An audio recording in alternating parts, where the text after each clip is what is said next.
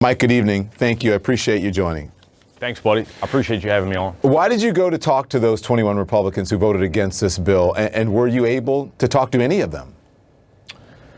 So I just went there today to try to schedule appointments to speak with the 21 members that voted no for the gold medal bill, acknowledging the U.S. Capitol Police officers as well as the MPD officers who responded to the Capitol insurrection on January 6th. I really just went there to engage with them, talk to them about my experience, show them body-worn camera footage from that day if they were interested, and, you know, again, like just relay what my experiences were and what the experiences of some of my colleagues were. I didn't go there with the, thoughts that I was going to change a bunch of hearts and minds, but I wanted to better educate them as to what officers' experiences were that day. And no, again, I didn't meet with any members other than I did bump into Representative Andrew Clyde in an elevator. Yeah, well, let's talk about this because you ran into him, Congressman Andrew Clyde. Here's what he said about January 6th. Watch this. Let me be clear. There was no insurrection. If you didn't know the TV footage was a video from January the 6th, you would actually think it was a normal tourist visit. So we have this picture up now. I don't know if you can see it. I think you're in the studio and you can. This is a Clyde trying to barricade a door on January 6th, which clearly wouldn't be necessary with just normal tourists. So what happened when you introduced yourself to the congressman? So like I had said, I saw Congressman Clyde standing outside of an elevator. I was there with Officer Harry Dunn, who accompanied me throughout the Capitol. Went into the elevator. I greeted Congressman Clyde. I was very cordial. I extended my hand to shake his hand. He just stared at me.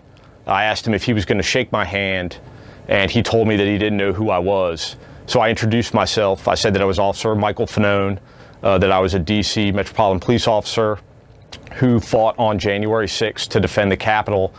And as a result, I suffered a traumatic brain injury as well as a heart attack after having been tased numerous times at the base of my skull, as well as being severely beaten. At that point, the congressman turned away from me, pulled out his cell phone. It looked like he was attempting to pull up like an audio recording app on his phone, and again, like never acknowledged me at any point. As soon as the elevator doors opened, he ran as quickly as he could, like a coward. Like a coward. Didn't Correct. Shake your hand? Absolutely not. What do you think of that? I took that particular interaction like very personally, but I also took it as a representation of Andrew Clyde giving the middle finger to myself and every other member of the Metropolitan Police Department and U.S. Capitol Police that responded that day.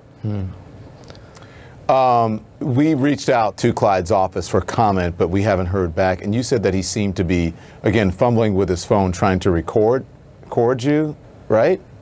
Correct. After I introduced myself and explained to him, who I was and what had happened to me on January 6th, neither one of us spoke to each other after that, but he did pull out his phone. It was apparent to me that he was trying to record any, additional conversation that we had. But I felt compelled to confront him specifically because of the comments that he had made. Other congressmen who voted against the bill, they had different reasons, whether it was language that was in the bill.